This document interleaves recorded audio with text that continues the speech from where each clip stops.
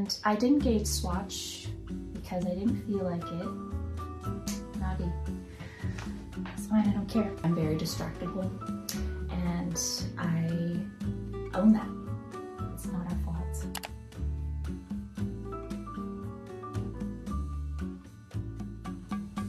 Hello and welcome to my knitting podcast. My name is Chelsea and this is my first ever episode.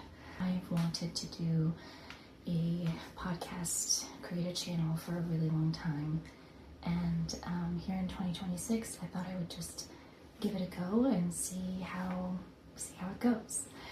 I'm really inspired by the knitting community. I watch so many knitting podcasts and I'm just inspired by what they talk about, the patterns, the yarns they use, their process and the techniques that they use. And I'm also really inspired by the kindness and support that I've seen demonstrated in the knitting community. For example, when there's engagement from the community with the podcasters that I follow, I just feel like there's so much support and sharing of creative ideas. And I just think that's really special. And I think it would be fun to join in and share my knitting journey, get some ideas and feedback from you guys, and I don't know, chat about life, other than knitting, media, different life things, and just form some relationships and join the community.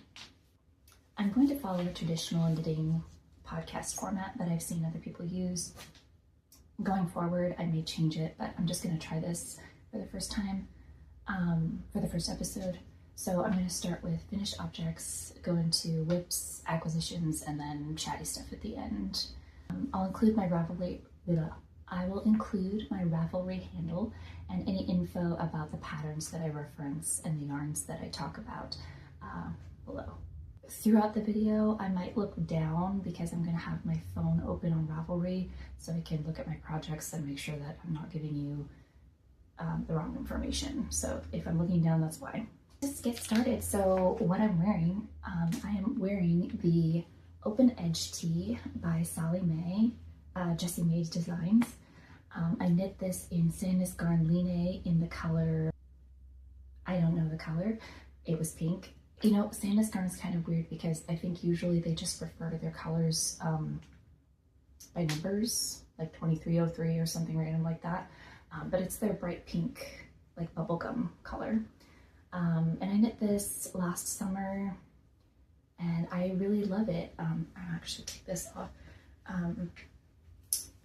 It's got the cute drop stitch detail all the way around, you can see, and then down the back. So it's really cute, very summery, very beachy vibe.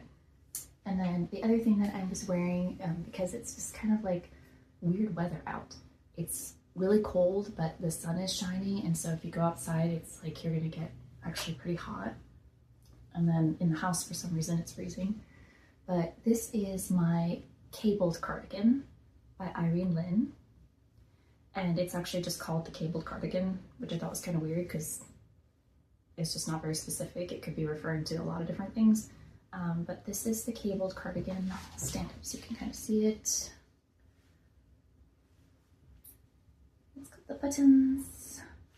But yeah, that was actually my first cabled project. And it was a really straightforward pattern, super great. I knit this in Cascade 220 in Heather Gray. I'll correct myself if I'm wrong. It was something like that, or like Snowy Mist or something like that. Loved the pattern. I love this garment. I wear it so often just because it's such a neutral color. It goes with everything. The one thing I will say about this is that this yarn pills like nothing else. And at first I thought maybe it just needed to settle into itself, but I have been wearing it for like maybe 5 months now, and the pilling is just, it's crazy. I have to pretty much shave it after every time I wear it, which is weird because I had heard that Cascade 220 was a pretty good workhorse yarn, and the podcast that I listened to that recommended this yarn they didn't mention anything about excessive pilling. So I don't know if I just got a bad batch, but yeah, it's sad. Like all under the armpit and then along the sleeves, I get really bad pilling. So that's pretty sad, but I just keep my shaver handy, and I mean, I just shave it often because I really like to wear it. I have 6 finished objects to talk about. The first is my sweater, my birthday sweater for my partner for 2025. And let me show it to you. Let's start with that. This is the Finest Kind all over texture moss stitch sweater. And like I said, I knit it for my partner. His birthday is in November, and I finished it like a week ago, so it was late. His birthday sweater is usually late. Yeah, by a couple months, so whatever. You do your best. I mean, she's a beauty. She's really cute. And I put my little tag on there. I don't know if you can see, but it says made by love. It says made with love by Chelsea. I need to put those in there. I wanted to do on my tags a flip side that had like care instructions, but I ordered these on Etsy and it didn't have, they didn't have a way to do a reverse tag. When I do another order, I think I'm gonna include care instructions on there. And I'm going to insert some B-roll here as well so you can kind of see what this looks like on. I haven't had a chance to get my partner to wear it and model it so I can put those pictures up on Ravelry, but I'll get that done eventually. Over here, so like I said, this pattern is by, I don't know if I said that already, actually.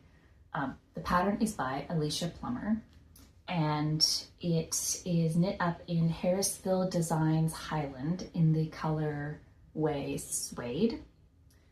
And this is a worsted weight yarn. Really enjoyed the yarn, actually. It's very sheepy, very, very warm. I've worn it around the house a couple times and had to take it off because it was just really, really warm. I knit the 3rd size. I did do a gauge swatch, which I don't always do, you'll find. I was a few stitches off in the row gauge, but I just figured it was close enough and went ahead and just started. And about the pattern, I have some mixed feelings about the pattern. So I was inspired to do this pattern because I was just in a phase where I really wanted a super textured sweater. And I also needed to make my partner his birthday sweater, so I wanted to pair those two together. And I wanted either a waffle or a seed stitch, moss stitch type texture. So I saw this one, and overall it was a really good experience. I feel like it was a pretty straightforward written pattern. I didn't really have any complaints there. My one sort of mixed feeling was regarding the sleeves. Now, without getting into real specifics, because it's a paid-for pattern, I will say, because of how the moss stitch works, well, let me back up. On the shoulders, there is short row shoulder caps shaping. And the way that it works with the moss stitch, when you pick up along the shoulder for the sleeves, you end up with 3 rows of the same stitch. So you get 3 knits, 3 purls, and it messes up the moss stitch. And apparently, from what I can understand, that's intended.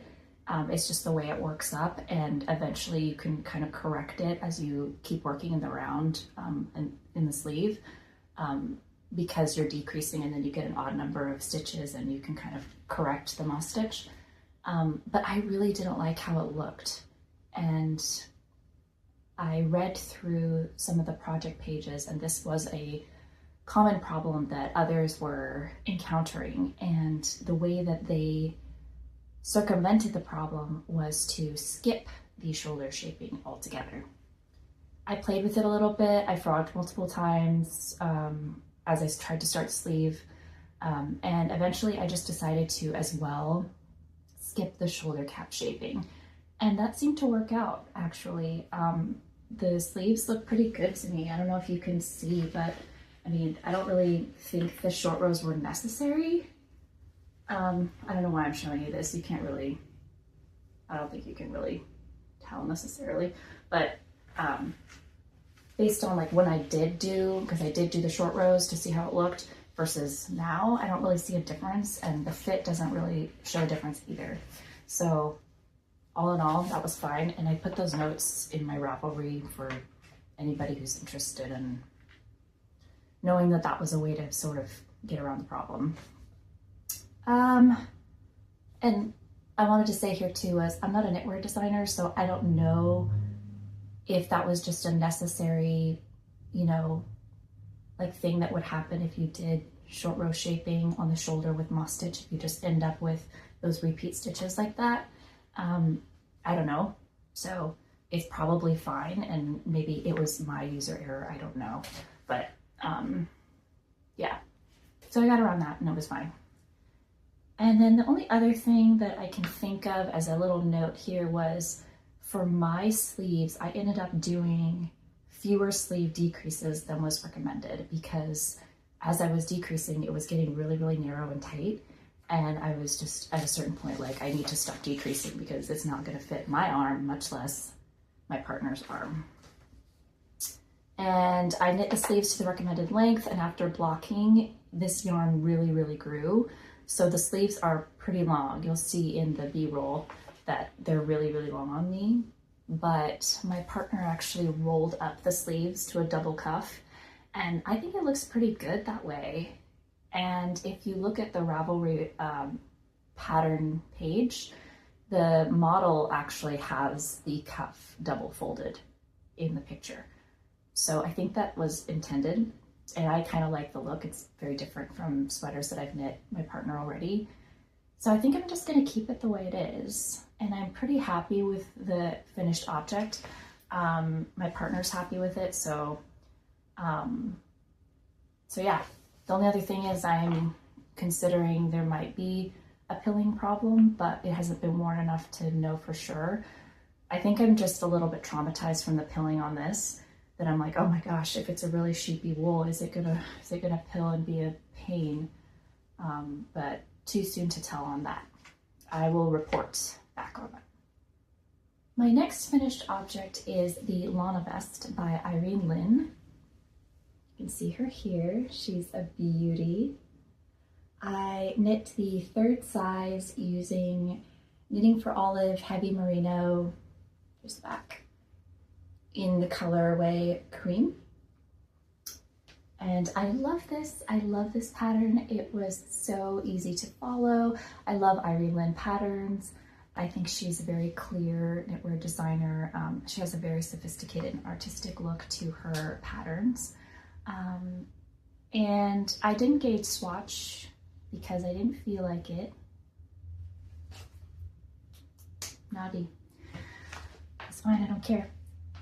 I knit size 3, and actually this was my travel knitting project for my partner and I's anniversary trip to Australia that we got back from about a month ago. Side note, I think it's really cool when you can tie a knitting project to a memory, or in my case, a trip, a significant trip, or any kind of trip really, because then it's like your memories from that experience are knit into every stitch of the garment, and then when you wear it, it's like, oh yeah, like I was sitting at this cafe and, you know, we ate this when I was working on, you know, the hem of, you know, this garment, and I'm wearing it right now, and it's giving me good feels because I can remember that trip. I think that's really fun, and it's a really cool aspect of making your own clothes, I think. I ended up playing Yarn Chicken with this project. I used 5 skeins initially, and then I was working on the back hem, the last part, and I ran out, so I had to order a 6th skein. And there was so little that I used from it, so it just sucks because adding to the stash, I have almost a complete full skein of cream KFO Heavy Merino to figure out what to do with. So one observation I have about working up this pattern. And I don't think it's an issue with the pattern itself. I think maybe it's just my skill level. But you can see on the, without giving away anything about pattern, but there is a design detail at the hem before you start the ribbing. There is a horizontal braid that you do. I don't know if you guys can see that. There's this braid that you do here. And for some reason, when I picked up for that and just started knitting the ribbing, I got super loose stitches from the braid and the ribbing. Let me see if I can just show you where those loose stitches are. Like really loose spread apart stitches, and I just thought that didn't look good. So the way I mitigated that on the front part of the hem was I knit into a stitch above and then did like a yarn over and then knit back in all the way across, and it kind of tightened up those stitches, and I think it looks a little bit better. For the back, I just left it as is. I followed the pattern as written and left the stitches really loose. So I don't think it's gonna bother me. If it does, I will go back and rip this out and do what I did on the front. But right now, I mean, it's such a, like you can see, like you can't really see it on the back that badly from far away anyway. Maybe if you're super looking at it, you can see it there, but I don't think it really does anything. So I think I'm gonna leave it as is for now. But I looked at the project pages, and that was something that a couple people mentioned that they also encountered. And I don't know what the fix is. So if you know how to transition from a horizontal braid to ribbing or just regular knitting without getting elongated stitches, I would be very curious to know your thoughts on that. The next project that I finished was the Mooty dress by Tega Hilliard, and I'm putting up a picture here. I don't have this little dress with me anymore because it was a gift knit for my just recently born niece to my older sister.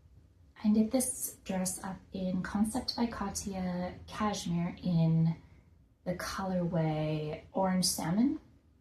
And I did the size for 6 months so that she can grow into it. And the pattern is cool because it's a dress for a newborn, but as they get older, it's big enough in the shoulders that you can wear it as kind of a longer little tunic dress shirt. And I also made matching booties, and I'll show you a picture there. Out of the same yarn. My niece is way too small for the booties right now, so I don't know what they look like on her, but I'll put a picture here. I was so honored because my sister actually used this dress as her outfit, as my niece's outfit for her formal baby photo shoot. So I was super touched by that. I think she looks really cute in it, and yeah, it's also special because I bought this yarn when I was in Lisbon, Portugal last summer at a cute little yarn shop, and there's just a travel memory there, and it's just a special yarn acquisition. So yeah, that was her little dress. Okay, so along the same line of stuff for my little niece, I made this little rabbit stuffy, and this is the Bunny in a Dotted Dress pattern by Julie Williams, and I used Cascade 220. This is the same Cascade 220 as this, so it may pill a little bit, but I thought this color was like really cute for a little bunny, like this kind of lightish gray. When I got this idea to make this stuffy, I kind of went down a rabbit hole, finding a designer who did stuffies that I liked. And I found this designer, Julie Williams, and apparently she's really, you know, good at making these stuffy patterns. She has a lot of different animals you can choose from, and she also has accessories and clothing patterns as well. The dress pattern is from her, and so are the little shoes. And I love it because the dress and the shoe pattern, both, when you buy the pattern, there are multiple different like alterations you can make. Like there's different colorwork designs, motifs. There's different ways to do like different colored, like a colored sole. So you kind of get multiple patterns in one when you buy one pattern. But yeah, and it's really, I love it because I really wanted my niece to be able to take off the clothing from her bunny. There was a bunny design, a stuffy design that had just the body being knit in the color of the dress, and I really don't like that. I want her to be able to take it off, and I want to kind of start a tradition where once I gift this to her, when I see her, I'll bring her a different outfit for her stuffy so she can dress her up. So that's that one. Let me see if there was anything else. Oh, just in terms of the pattern, I really recommend it. Super straightforward, and I think you get a lot out of her patterns when you buy them. And what was the other thing? Oh, one thing that was cool about this is I stuffed her with leftover bits and bobs of my scrap yarn. So I have an OCD thing where I really hate to waste yarn, like when I have to snip off loose ends when I'm weaving in or what have you. I hate to throw them away because they're beautiful, and it's sad and kind of wasteful to just get rid of it. So I put it in a little zippy and I keep them. And so I stuffed this stuffy with all the loose ends, so it's not wasteful, and it's kind of a way for all that yarn to keep living forward in a whole new creation. So that's all I have to say on this one. Okay, my next finished object is the Poet Scarf by Sari Nordland. This is actually my third time making this pattern. The first time I made it, I made a lot of mistakes because it was my first time knitting a lace pattern. The second one was a gift, so I can't really show that. And this third one is just a fun accessory knit that I decided to cast on. Gosh, like last year I just cast it on, and it's just been kind of on and off the back burner. But I knit this for myself, and it's just a fun little summer scarf. I knit it in Purl Soho linen quill in the color Peachy Pink, and I recommend the pattern. It's very fun if you like lace knitting, and it's, I don't know, it's a fast one. I only took a while to knit it because I'm very distractible, and I own that. So I cast this on, I was super excited for it, and then I saw something bright and shiny, and that's what happened. So anyway, recently got this off my needles, super happy with it. I think it'd be fun to kind of wear with some of my summer outfits as we're transitioning through spring into summer. So that's that one. My next finished object, and this is the last one. I know there's been a lot, but I feel like I'm kind of being over-inclusive in what I'm saying my finished objects are, because since this is my first episode, you know, from like the last couple months, I'm just, you know, showing you what I have finished. It's not all been like in the last couple weeks, but this one was in the last couple weeks. And this is the Celine Shawl by Irene Lin. She's a long one. And this was a test knit that I did just a couple weeks ago. The test ended, and I knit this in Knitting for Olive Merino and Soft Silk Mohair in Unicorn Purple. And it's a really squishy, nice half fisherman's rib all over knit. It's a really easy pattern, no notes, super fun. I really have enjoyed wearing it the last week or so. I made it a little bit longer. The pattern is customizable, so you can just keep knitting it as long as you want, and then do the same amount going back the other direction. You knit one tip to tip, basically. But it's nice because it's longer, so it kind of ties in the front, and I think it's really cute, and I like how squishy it is. So this was actually left over from a Christmas gift knit, this yarn. So I decided to use up this stash, which worked out great because, again, when you do a tip to tip scarf, it's kind of nice because you work half the amount you have and then start decreasing as soon as you reach the halfway point. So love that for me. I'm really into the color lavender right now, and I feel like it's really trending. And yes, if you're wondering if I got suckered into standing in line for a lavender Trader Joe's mini tote, the answer is yes. And I got one. I got two, actually. And I'm actually planning to DIY a zipper and lining inside of mine so I can carry it more like a purse.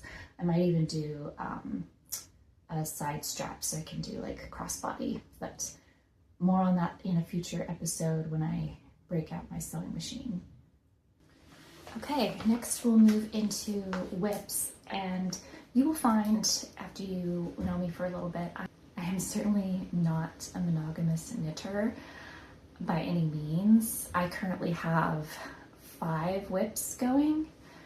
Granted, 2 of them are long-term back burner whips that I keep on the shelf and kind of pull out whenever I kind of want to work on something that's kind of mindless or kind of long-term and maybe requires more concentration, but I don't feel like doing it all the time. The first one is a blanket pattern. Let me grab that. I have it in this cute little doggy pouch that I got at the local yarn store in Redlands, California. This is Purl Soho's Incredible Blanket. And this is a free pattern on their website. I used, sorry, it's in a little spiral, but here she is. This is knit in the Purl Soho Linen Quill Minis. You separate the warm colors and the cool colors, and then you pick one of each, and then you do one color one way, one color the other way, back and forth. Let me check my notes here. And I'm doing a order for the colors just on my own. I'm just randomly picking a warm color and a cool color and going with it. There's a recommended or like template for colors that you can follow, but I decided not to do that. I'm doing my own thing. And I find that this is fun, but I don't break it out that often because then I have to get out my baskets that have the yarns and pick out 2 yarns. And it's also annoying because I want to keep the tags with the yarn. And so I'm working from 2 different balls of yarn and trying to keep the little yarn tag with each one as I'm unwinding. So it's just kind of a hassle. So I don't really work on this that much. I don't reach for it. But it's something that I kind of just have going and I'll work on whenever I kind of feel like it, and eventually we'll have a blanket. I'm not holding my breath. Yeah, that's that one. My second whip is my Stephen West Musicale shawl. And let me grab that. And I have it in a really cute project bag, high-key crafty bag. So I was inspired to do the Stephen West Cal challenge that he does every year in October. If you don't know about it, he does a mystery knit along every October where over the course of a month, he will release a clue for a mystery shawl pattern every week for the 4 weeks. And it's really cool because you kind of like discover the knit pattern with the community together, and all of his shawls and his aesthetic is really bright and exuberant, and I was just really inspired to do that. I was inspired to do the cowl, the Stephen West cowl by Lena from Another Knitting Pod. Shout out. Love your podcast. If you haven't checked her out, I would definitely do so. Her projects are incredible, and she talks about books and media, and she's just really seems like a really amazing person, and she's super fun to listen to. I bought a kit on Stephen West's website, and I don't remember the name of the kit, but the colors, well, let me just show you. It probably would help if I showed you what we were talking about. This is what I have so far. It's not great, but here's what we have. Like I was saying, I don't remember the name of the kit, but the colors, I wrote them down, were Beatrix, Unicorn, Seahorse, Bianca, and Aquamarine. I don't know which ones are which, but I think Seahorse was the orange. That's all I know. And guys, I'm only through section 1, clue 1 of the cow. Rip. I got distracted by other projects. That's just kind of the way I am. I also got a little bit frustrated with all of the loose ends going on. And that would be my only comment about the pattern. It's, well, at least the clue that I've done so far. I've only done one of the clues, but in the instructions, I feel like it's pretty straightforward, easy to follow. But what I don't enjoy is that every time you change colors, you're just cutting the yarn and moving on. So you have so many loose ends to deal with later, instead of like knitting as you go, or like knitting, like knitting together into the next row so that you don't have to go back and do that. And I'm kind of OCD about leaving knit ends and moving on to another section. So I think that's another reason why I got distracted and overwhelmed, is that you can see there's all these loose ends on this end, and I wove in all the ones on this end. And then I think I ran out of steam. I think that's what happened. I'm starting to remember now. It's been that long since I picked this up. So yeah, sad. But it's fine. If I'm being honest, I think that 4 weeks for 4 clues is a little bit ambitious for me. Kudos to people who do it. I just am not apparently that disciplined. But if you are a disciplined knitter and monogamous, or just, you know, really disciplined, and this sounds fun to you, I would say go for it. But I don't know that I would do it again if, in the off chance that I finish this before October, the next knit along that he releases comes out. I don't think that I will participate, because I already feel overwhelmed having this on my needles, and I just really would like to get this done at some point.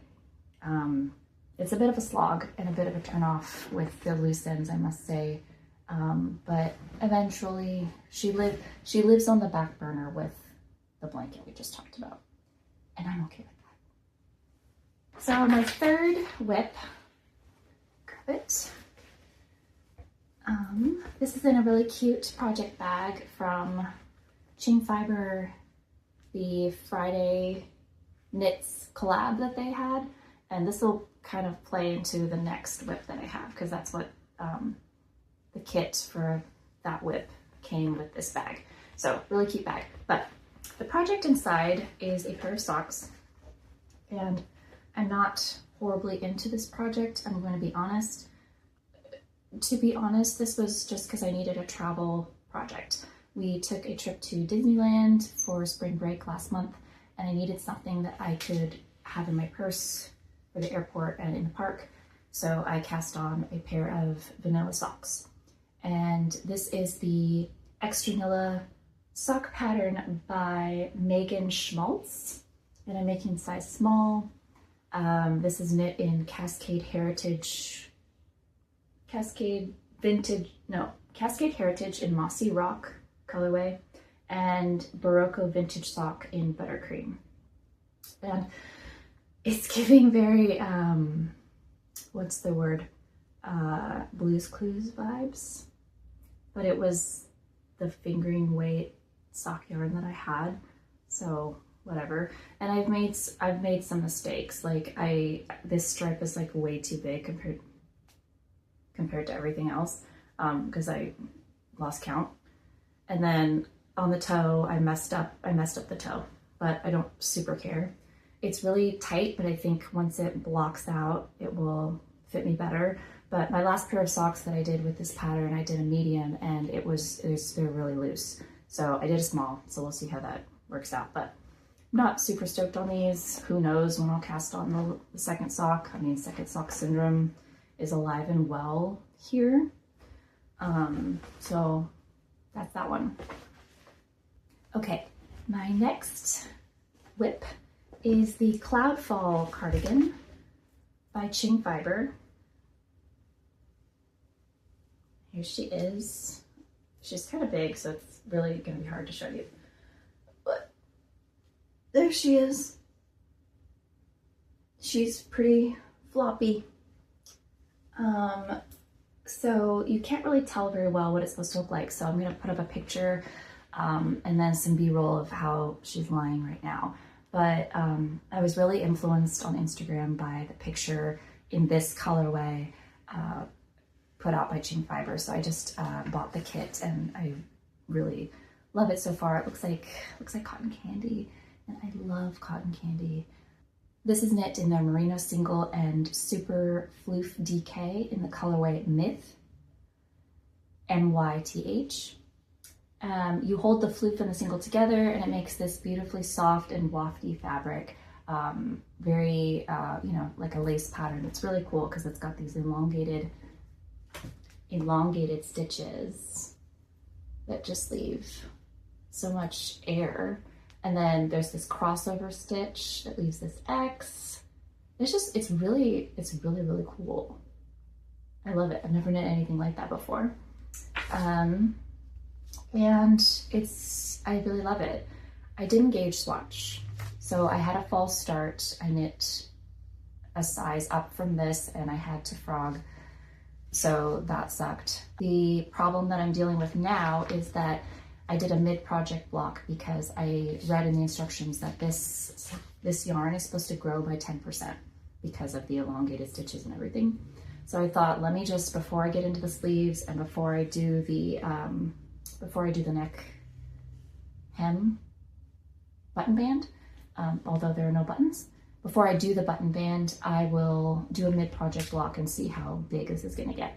And you'll see from the B-roll that she grew a lot. She's really, really long, and I'm not happy with where she's sitting now.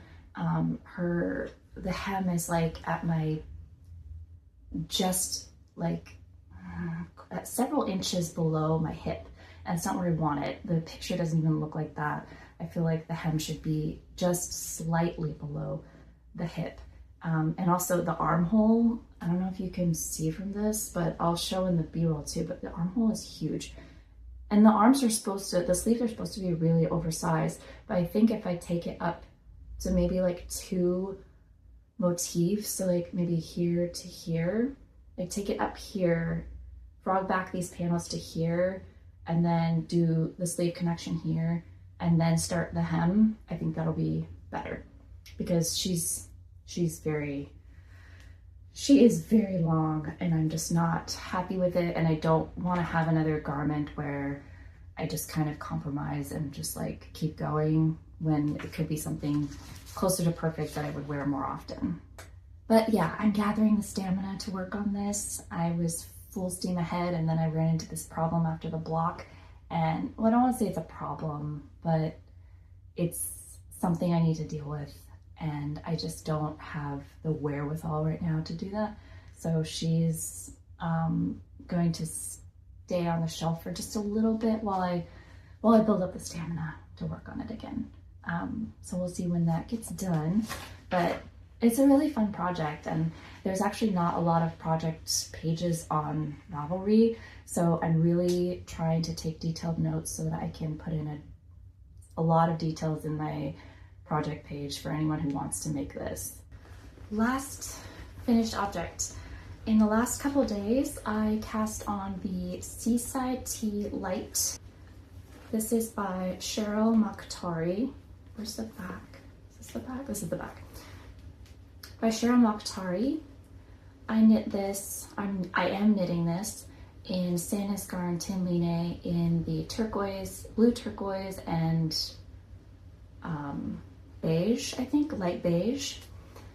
And I actually have one of these already knit in this same yarn. So this is leftovers from my first one. But I just love this top so much. I wear it so much. It has such a great drape. I don't know if you can tell, but it just has such a great, like, airy, soft feel to it. So summery, super beachy vibe. I love it. So I'm really excited to have a second one of these. Highly recommend the pattern, very straightforward. I recommend the yarn too. The yarn is a little bit splitty, so you need to make sure you have all the whole strand of fiber, because I've dropped little pieces of it before and frogged back or tinked back, and it's really annoying, or laddered down to it. It is annoying, so just pay attention to that, but it's definitely worth the work to knit it up in this fingering weight yarn. It's really, really great. I recommend. I have, however, run out of stash for this. I don't have any more of the light beige. I have plenty of the blue turquoise. So this was supposed to be a stash buster. And as I'm sure a lot of you, all of you know, that we're on this vicious hamster wheel of, I'm gonna knit from stash and get my stash down. And then you do that, you shop the stash, and then you don't have enough, and then you have to buy some more, and then you buy the wrong amount. And then you end up with like the same or more than you started with. I don't know. That's what happens to me, and it's very sad. But we do our best, and it's not my fault. It's not our fault. It's a vicious cycle, but yeah, you understand. So that's that one. And that's it for the whips. Let me just quickly run through acquisitions. I only have a couple. The first one, let me just grab it, is this yarn. I have 2 skeins, and these have a cool story. Like I mentioned, we just got back from our anniversary trip to Oceania. So we hit Australia, New Zealand, and French Polynesia. And I got this yarn at Christchurch in New Zealand. And this is brush tail upcycled possum merino. Maybe you knew this, I didn't know this, but apparently in New Zealand, possums are very prevalent and considered a pest, and they are just trying to get rid of them, and they don't like them, so they're used for their fur, for their wool. And this is so cool because it's very soft. It has a very soft downy feel, and yeah, they sell possum yarn there, and that's like one of their signature things that you can get there. So I got this yarn, and I'm really excited to make something with it. Yeah, I'm not entirely sure what I'm going to do. I originally was thinking a hat, which you know, explains the quantity. I wasn't sure if I wanted to get a sweater quantity, / wasn't sure how much room I had in my suitcase. I'm going to talk about that. But yeah, so I got this. Really excited to try it. We'll update you on what we end up deciding to do with this. Last couple things. I recently went to a yarn store up in Ashland, California. On my way up to visit my sister, my mom and I drove up the coast, and we stopped in this little town of Ashland, and I got a couple things. The first one I'm really excited about, and this is it. It's a little notions box, and it says Bits and Baubles, and it has a little magpie on it. And I have been looking for a really cute notions box for the longest time. Let me show you what I had been using. It was actually, let me grab it. It was actually like something that I bought at like Lowe's that had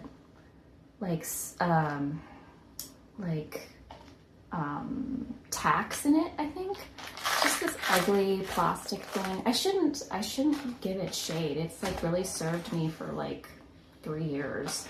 But I like it because it's got so much depth. Like you can fit so much in here, like so many stitch markers. It's insane. And your scissors and your needle stoppers and things like that. So this is what I was using before, but it's not cute. I'm still keeping it though in case, but it's not cute. This is really cute. And it slides open. It slides open like that, and it snaps like that. But really happy with this one. Last couple things, I got a couple stitch markers. I got these little fish ones. Thought those were really cute. And I got an enamel pin to add to my collection. Hopefully there's not too much of a glare, but I got axolotl tea to add to my little pencil case. So it's always fun to buy little things and add them to your notions. So, but that's it for acquisitions. I have been not buying a lot of yarn, so pat on back, keep doing it, maybe. Okay, so that's it for the strictly finished objects whips. So if that's what you were here to see, feel free to continue on. If you'd like to stay, I'd be really happy to talk some more with you.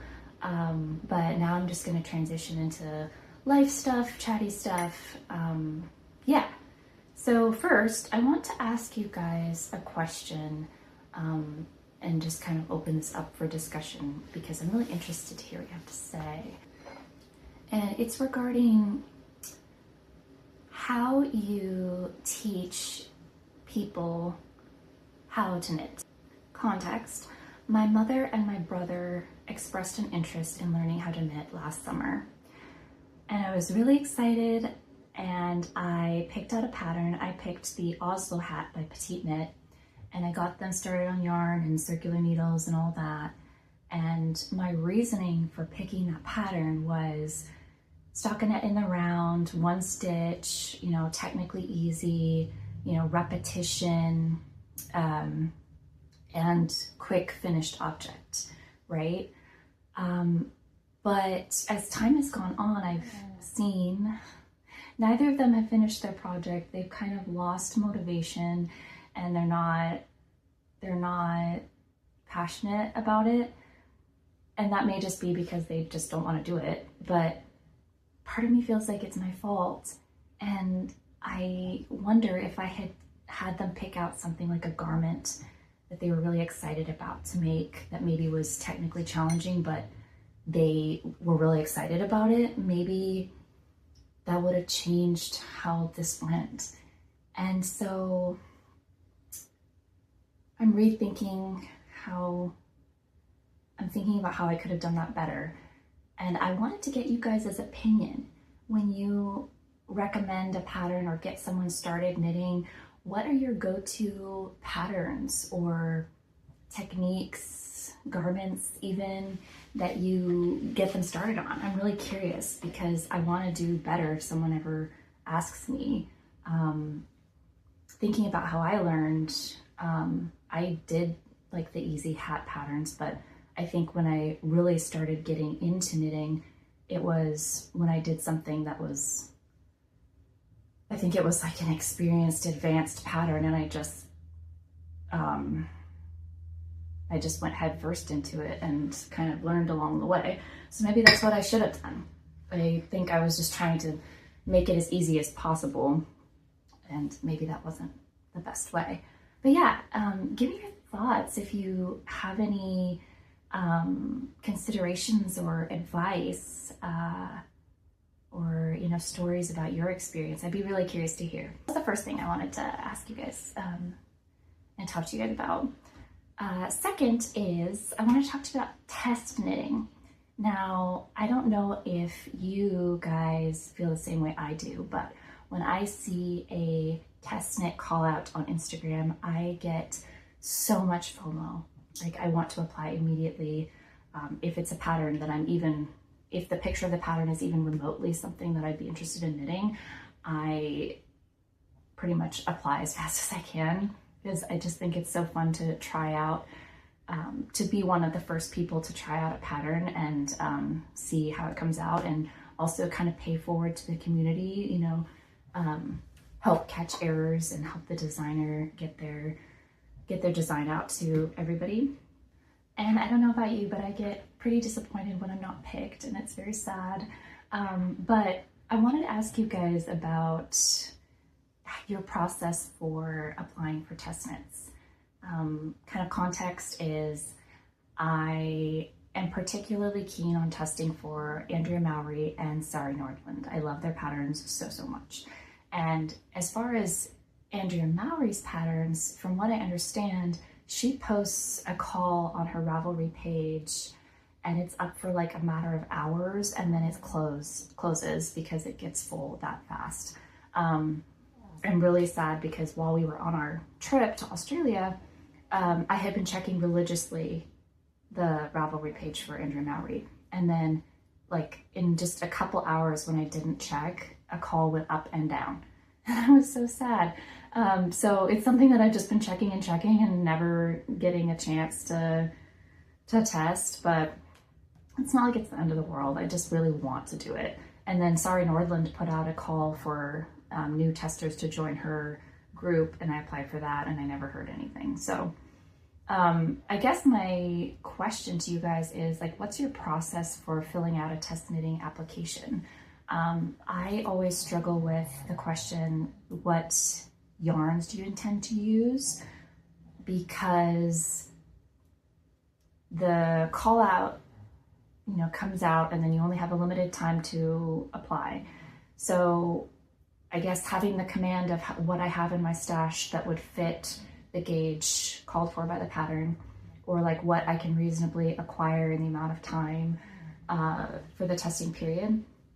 And then I also wonder if the designers prefer more unique yarn selection from their testers, or if they want more people, or if they consider equally the people who choose the yarn that they initially knit their sample in.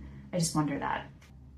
I feel like most often I say I'm going to use a yarn that I've used before, or the yarn that they used for their sample. So maybe that's kind of a turnoff for them. I'm not sure, but I'm just curious what you guys think about test knitting in general, and how you fill out your applications, and I don't know, just any thoughts you have about test knitting. I think it's really fun, and I've only done 2 test knits so far, but they were both really, really fun. And I just really think it's cool to be able to try something out for the first time and be in like the group chat with testers and like listen to what they're encountering and then see if like I can help figure it out. It's just a cool problem solving process and kind of a sneak peek into what the designer's process is.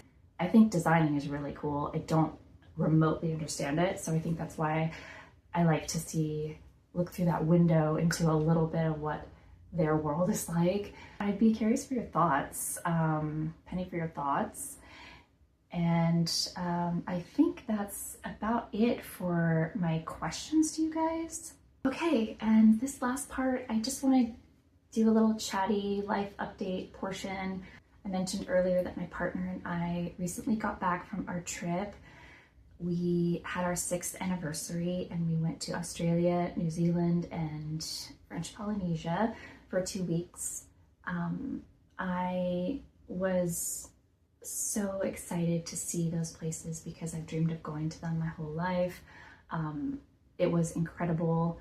Australia was hot and humid. It was their rainy season, and I did get to pet a kangaroo and a koala, so you can check those boxes.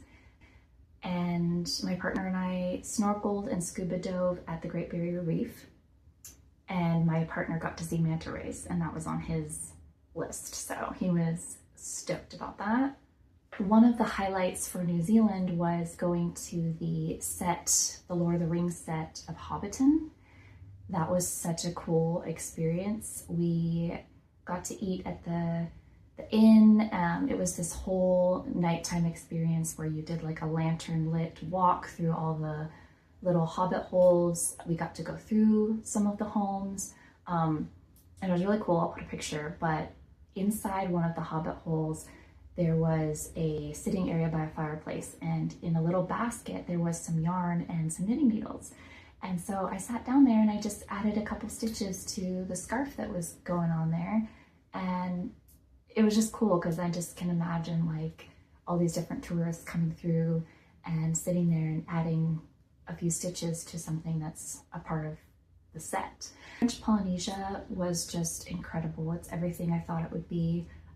I've never seen this color of water before. It was just so vibrant and a delicious blue.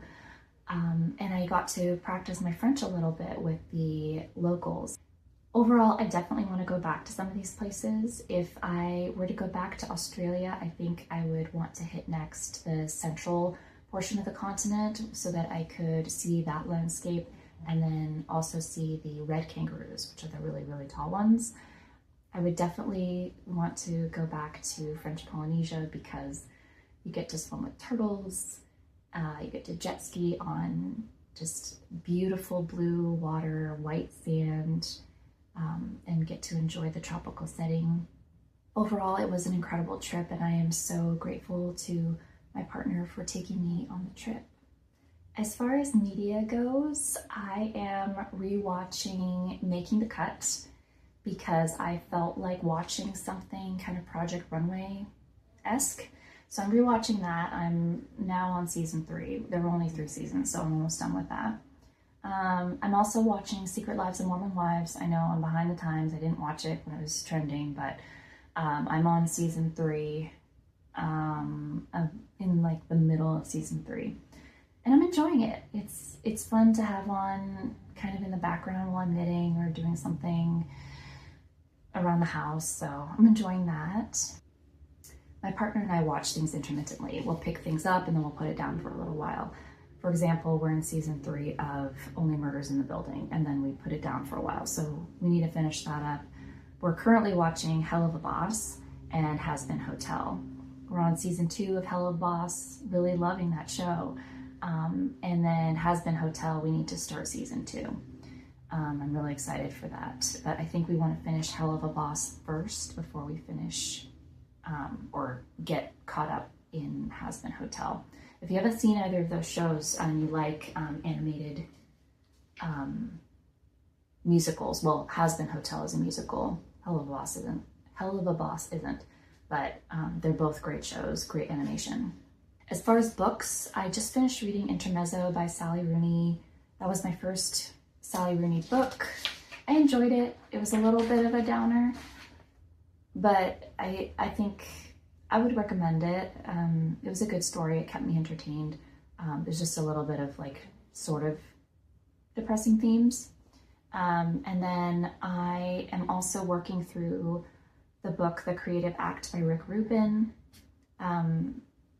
I am a big multitasker, so I listen to audiobooks and I use the Libby app. And I'm a little bit annoyed because I didn't end up getting through the Creative Act within my 3-week borrow period. So I need to re-up it. So I'm back in the queue to get the Creative Act. So I was about 50% through, and I need to just finish that up when I get it re-borrowed. But that's it for books and media that I can think of. I'm sure I'm forgetting something, but that's about it. Well, that's it, guys. That's all I have for now. Thank you so much for tuning in for my first podcast. I'm so happy I got a chance to chat with you about knitting stuff and life things, and I'm looking forward to talking to you in the next one. Sending you all the good energy, and I hope you enjoy your moments. Bye.